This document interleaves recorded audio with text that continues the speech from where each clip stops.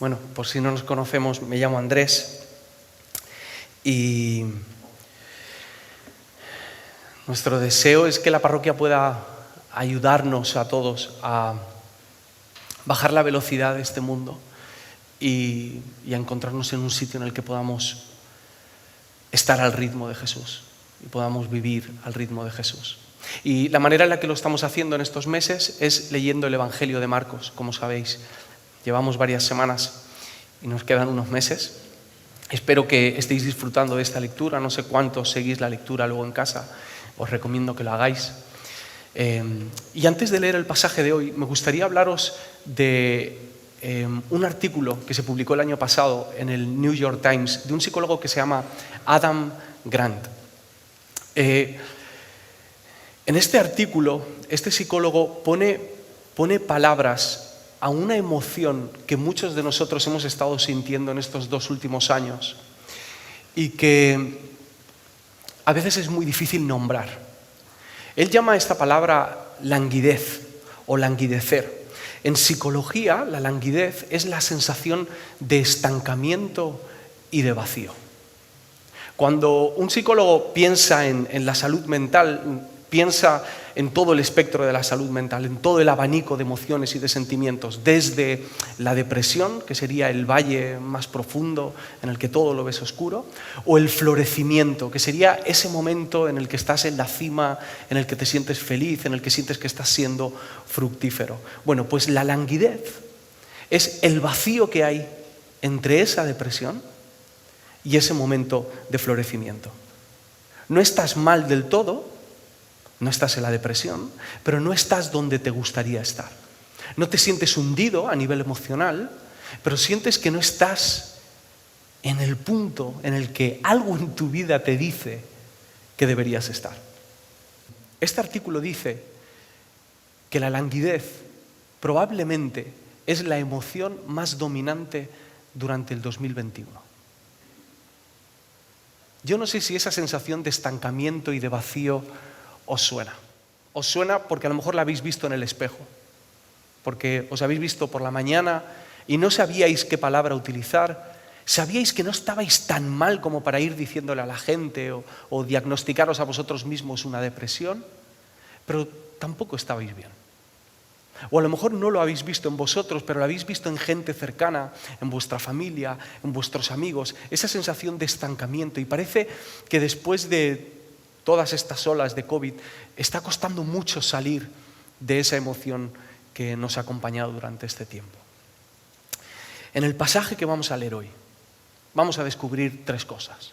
La primera es que como discípulo y como discípula de Jesús, estás llamado a florecer y a dar fruto. Aunque el sentimiento que te acompañe sea el de languidez o el de tristeza o el de estancamiento, el llamamiento que tienes como discípulo y aprendiz de Cristo es a dar fruto. Otra cosa que vamos a ver en este texto es que vamos a descubrir qué tipo de fruto hemos sido llamados a dar. Porque no sirve cualquier fruto. Hay frutos que van en contra de nuestro propio crecimiento. Hay cosas en las que no nos conviene ser fructíferos.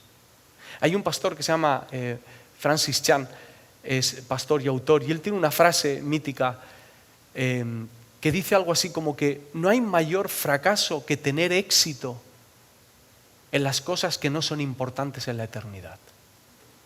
No hay mayor fracaso que tener éxito en las cosas que no son importantes en la eternidad.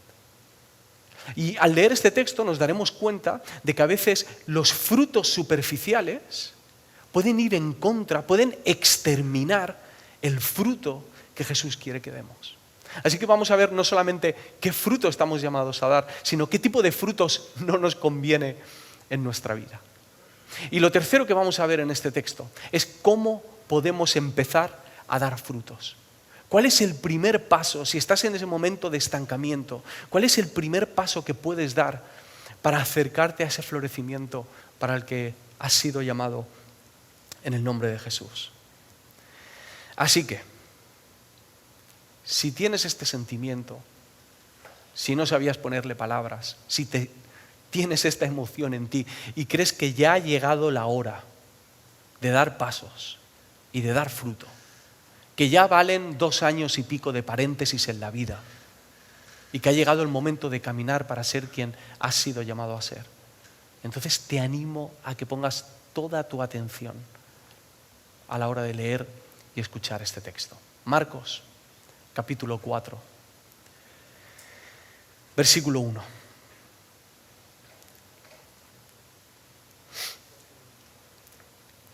Otra vez comenzó Jesús a enseñar junto al mar y se reunió alrededor de él mucha gente, tanto que entrando en una barca se sentó en ella en el mar y toda la gente estaba en tierra junto al mar.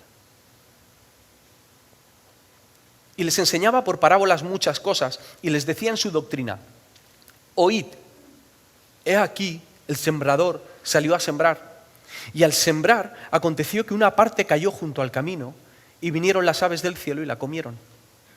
Otra parte cayó en pedregales donde no tenía mucha tierra y brotó pronto porque no tenía profundidad de tierra, pero salido el sol se quemó y porque no tenía raíz se secó.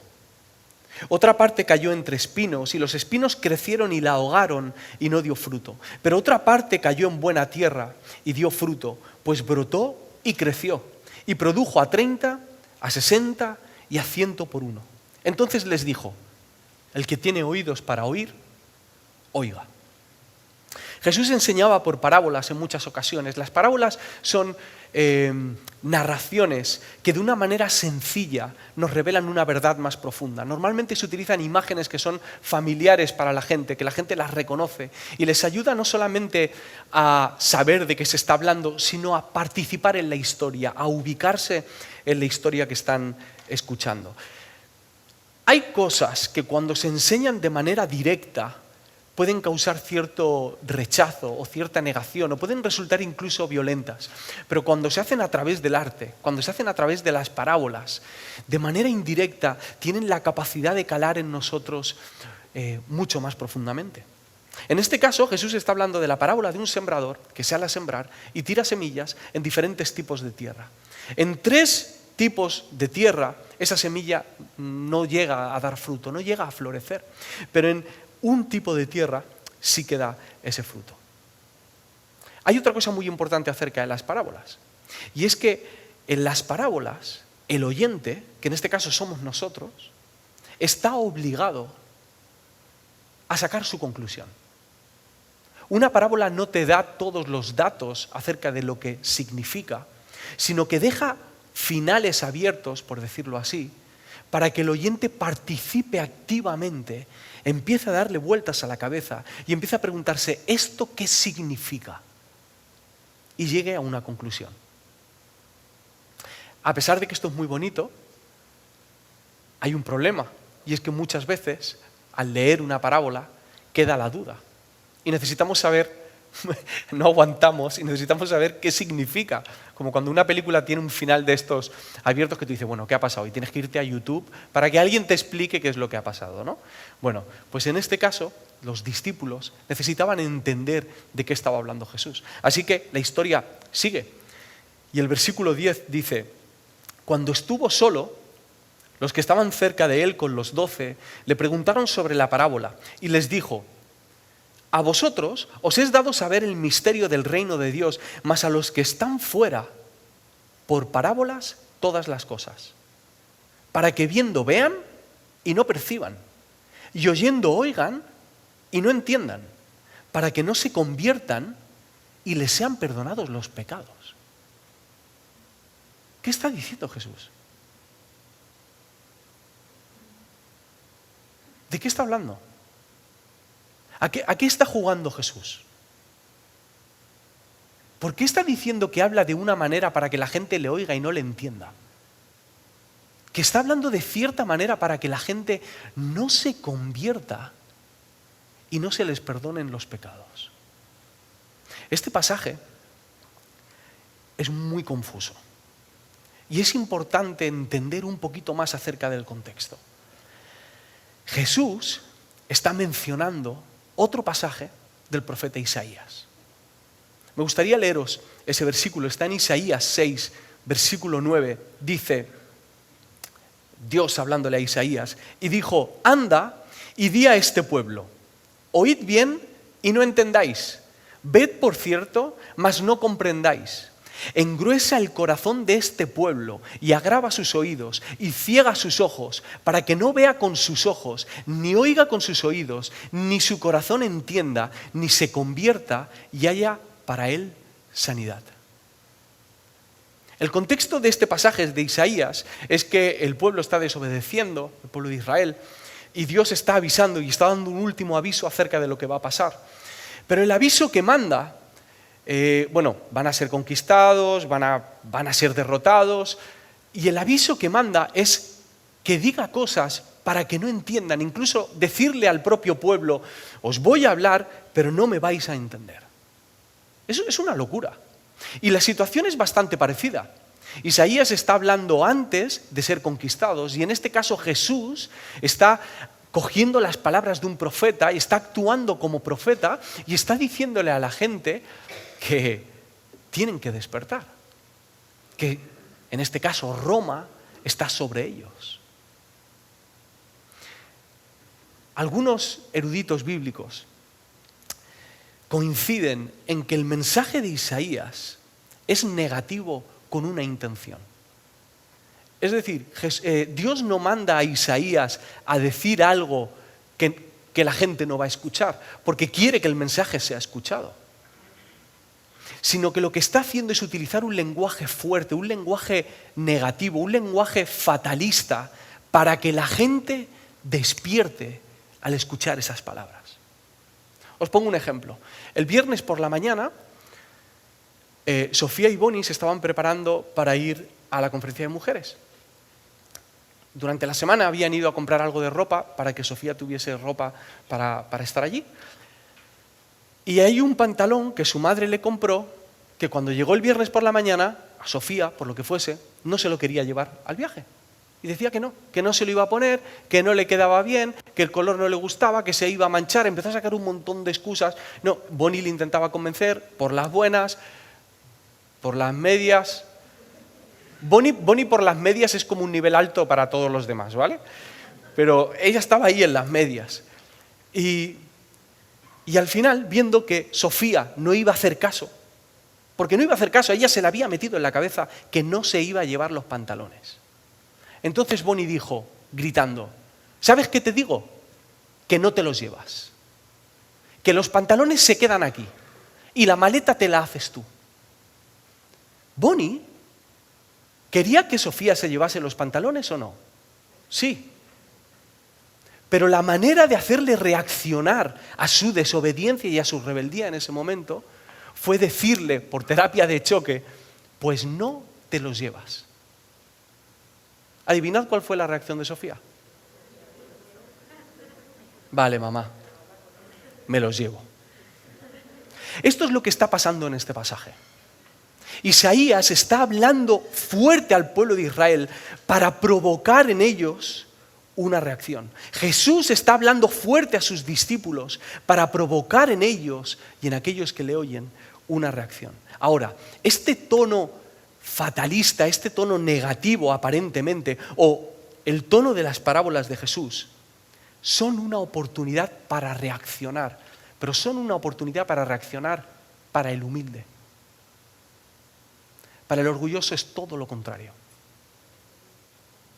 El orgulloso lo que hace es coger esas parábolas y, aunque puedan parecer clarísimas, se acaban convirtiendo en una excusa para no creer lo que Jesús decía, para no creer al mismo Jesús.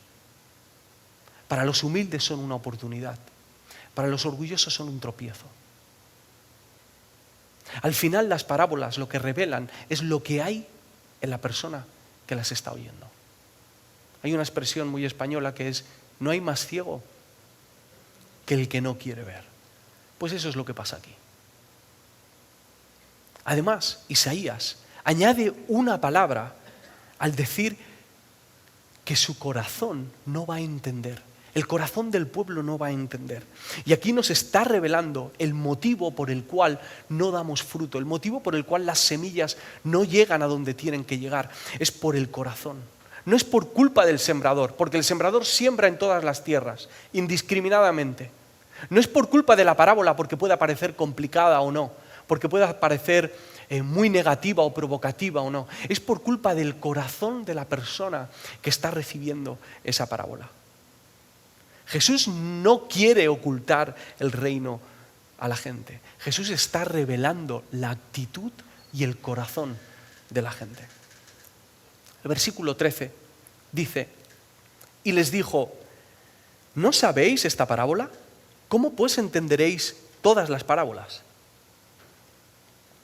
Parece que esta parábola es importante.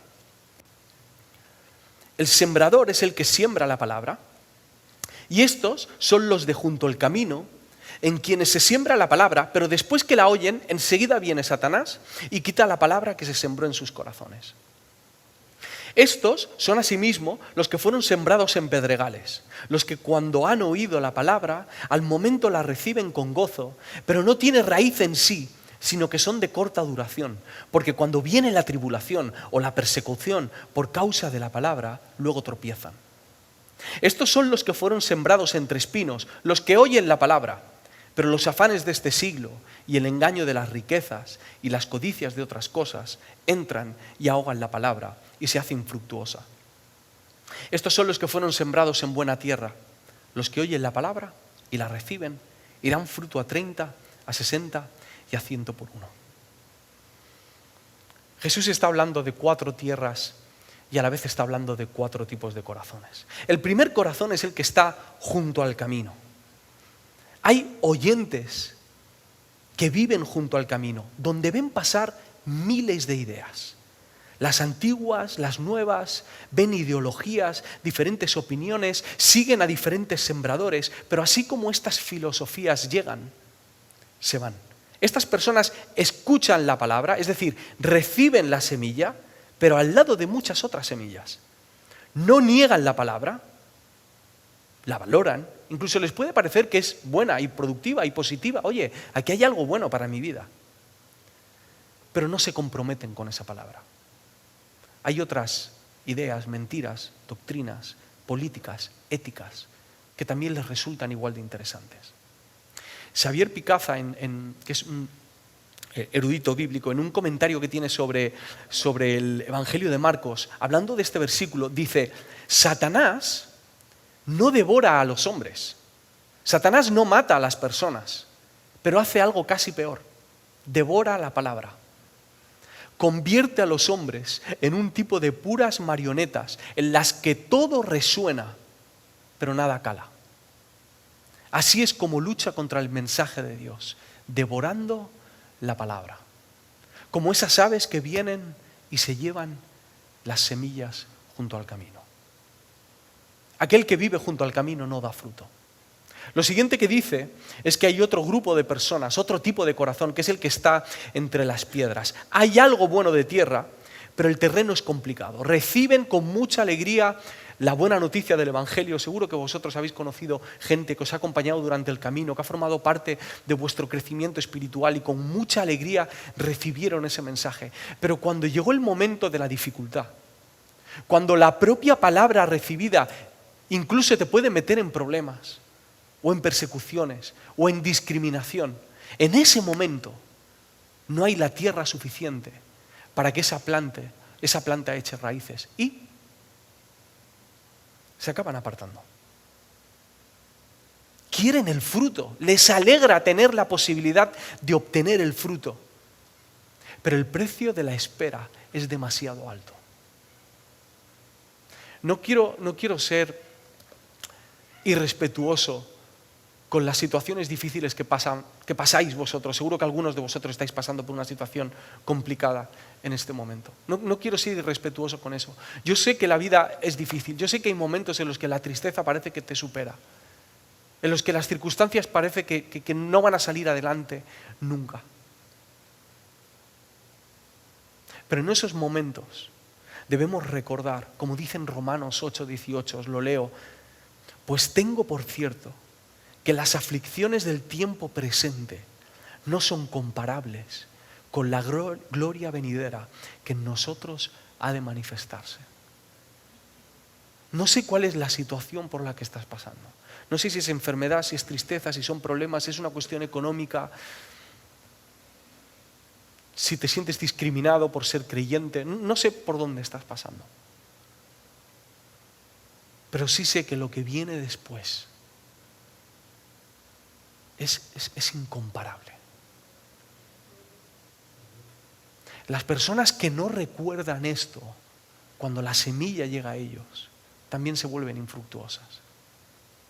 La siguiente tierra de la que habla es la que está entre espinos. Son personas que han recibido la palabra, pero los afanes de la vida, en vez de ser agua que acaban regando la fe, que es lo que ocurre en muchas ocasiones, lo sabéis por experiencia, acaban siendo veneno para nuestra fe. El dinero, la riqueza, el poder. La palabra les parece poquísimo en comparación a todo lo que les puede ofrecer el mundo. Algo que me gusta de este texto es que cuando está hablando de los afanes de la vida y está hablando de las riquezas, o sea, lo está poniendo a la misma altura, es decir, está diciendo que las preocupaciones y las riquezas o el poder tienen la capacidad de acabar con esa semilla. ¿Por qué digo esto? Porque muchas veces pensamos que eso es un problema de los ricos. Eso es un problema de los ricos son los que lo tienen complicado. Pero aquí no está hablando solo de ricos, está hablando de los afanes. Y los afanes los tenemos todos. Y además, ¿a partir de qué momento eres rico? ¿1.500 euros al mes? ¿2.500? ¿Cuál es la cantidad que define nuestra riqueza? No podemos entrar en esos juegos. Ese texto está hablando de nosotros. Y tan preocupante es aquel hombre rico, mujer rica, que quieren tener aún más y la ambición por el poder les está corrompiendo el corazón. Como aquella persona de clase media o de clase baja que vive desesperada constantemente, con sus ojos puestos constantemente en su necesidad económica y no en la palabra de Dios, no en las promesas de Jesús, no en la presencia del Espíritu Santo en su vida. Mateo 6:24 dice: nadie puede servir a dos señores, pues menospreciará a uno y amará al otro, o querrá mucho a uno y despreciará al otro. No se puede servir a la vez a Dios y yo habría puesto a Dios y a Satanás, ¿no? Estamos hablando de dioses. Esto es una batalla, o sea, si hay que escoger un tema, hablemos del enemigo. Pero cuando Jesús habla de esto, dice, no se puede servir a Dios y a las riquezas. Cuando pensamos en los afanes de la vida, hacemos crecer la ansiedad. Y cuando crece la ansiedad, nos falta el aire. Y el motivo es porque dice el texto que los espinos ahogan la palabra. Los espinos están acabando con esa semilla. En el momento en el que mis palabras mentales tienen más poder que lo que Jesús ha dicho, me falta el aire.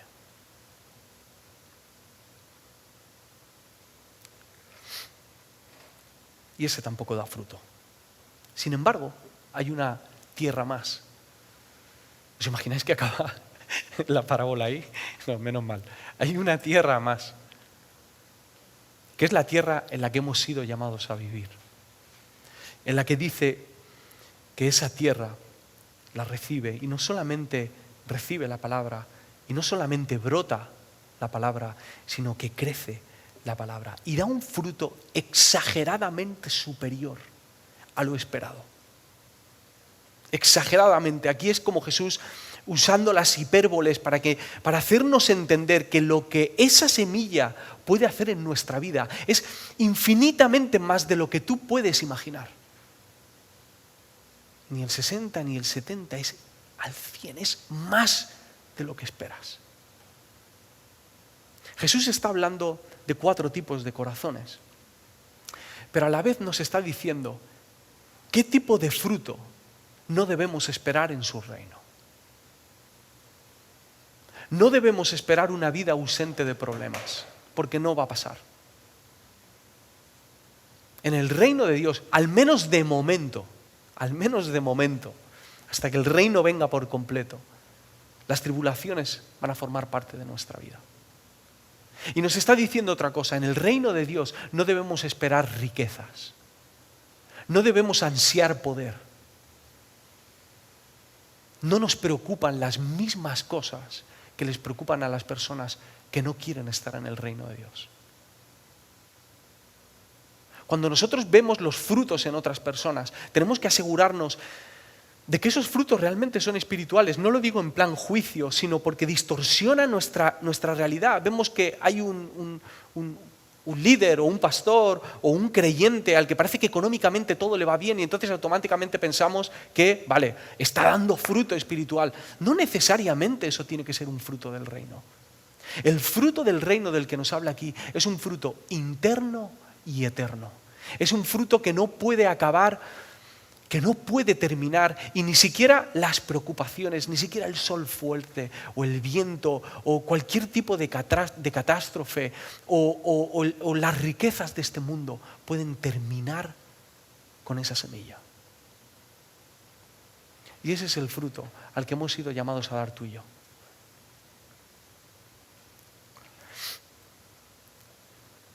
La pregunta sería: ¿cómo puedo pasar de ser una de esas 3 primeras tierras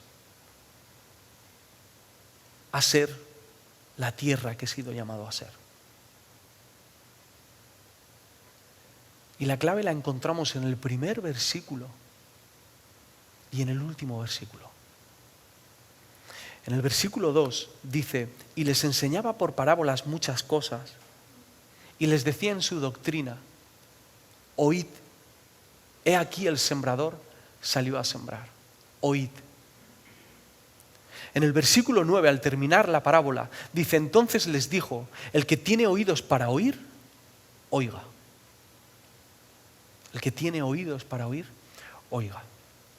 Ahora, la palabra que Marcos utiliza en griego originalmente, la traducción sería algo así como oír o escuchar, pero Jesús no está hablando en griego. Marcos escribe en griego, Jesús no está hablando en griego. Cuando Jesús está hablando y está utilizando la palabra oír, es una palabra que a algunos os sonará, que se pronuncia algo así como shma o shema, que decimos los españoles, que es una palabra clave en la fe cristiana porque se encuentra en uno de los fundamentos teológicos de la fe judía y de la fe cristiana, que está en Deuteronomio 6, que es la shema. Muchas veces lo hemos mencionado aquí, que es ese momento en el que dice: oye, shema, oh Israel, Jehová nuestro Dios, Jehová uno es. Es esa palabra. Lo curioso es que en hebreo no existe ninguna palabra para decir obedece. No existe. Nosotros la traducimos como obedece en muchas ocasiones en la Biblia, pero no existe una palabra para decir obedece. Existe una palabra para decir shema. Y la misma palabra, oír y obedecer, en hebreo comparte ese mismo significado, esa misma palabra, shema. ¿Por qué? Porque cuando te hablan, cuando Dios habla y tú escuchas, se da por supuesto que vas a valorar esa palabra y que vas a obedecer esa palabra. Nosotros lo hemos separado. Y hoy en día aún más luchamos con esa idea.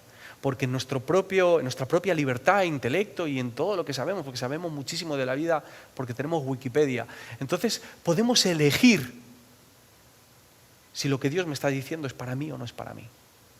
Si lo tengo que obedecer o no lo tengo que obedecer. Pero cuando Jesús utiliza esta palabra, está diciendo: oye y obedece. Es curioso porque parece que la enseñanza empieza cuando empieza a hablar del sembrador. Y la enseñanza termina cuando termina hablando de la última tierra. Pero en realidad la enseñanza empieza cuando Jesús dice en la barca: oíd. Y cuando Jesús termina diciendo: el que tenga oídos para oír, oiga. El que tenga oídos para oír, reciba esa palabra. Cultive esa palabra y haga crecer esa palabra.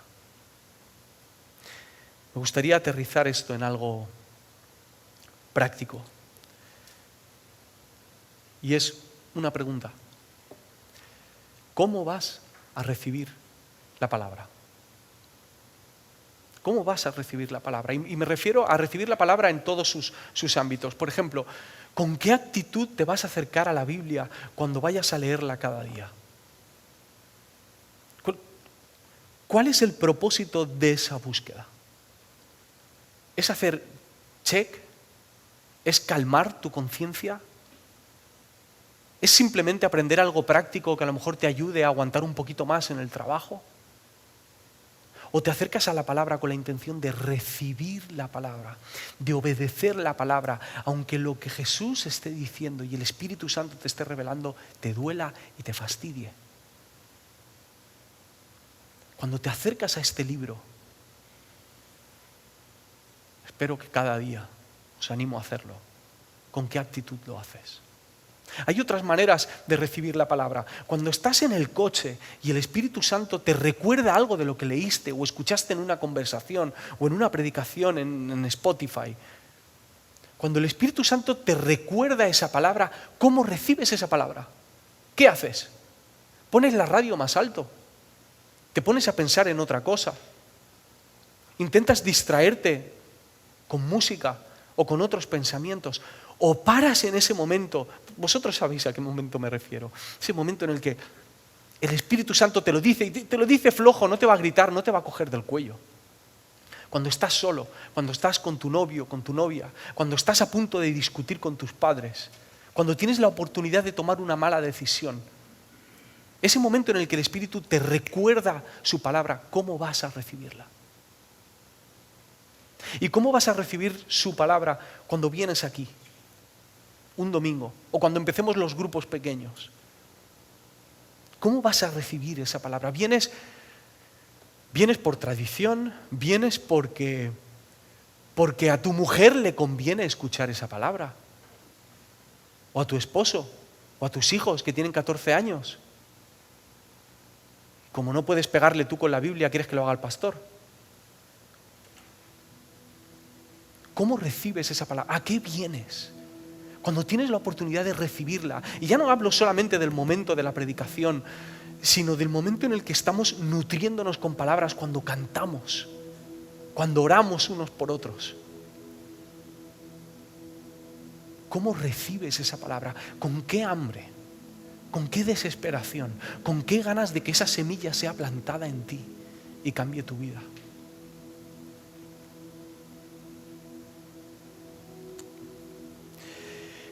No estás llamada, no estás llamado a la languidez, ni al vacío, ni al estancamiento. Como discípulos de Jesús, estamos llamados a dar fruto, y no cualquier fruto, sino uno que pueda perdurar en el tiempo, de los que realmente vale la pena. Pero para eso hay que oír y obedecer. Hay que recibir la palabra. Termino leyéndoos un versículo, Santiago 1:21.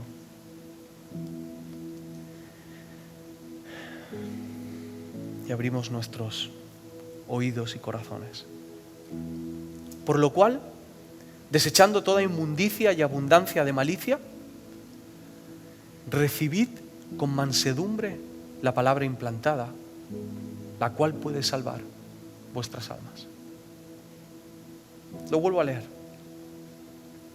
Por lo cual, desechando toda inmundicia y abundancia de malicia, recibid con mansedumbre la palabra implantada, la cual puede salvar vuestras almas. Señor, solo tu palabra puede darnos la vida que necesitamos. Solo tus palabras pueden levantarnos, solo tus palabras pueden sanar y restaurar.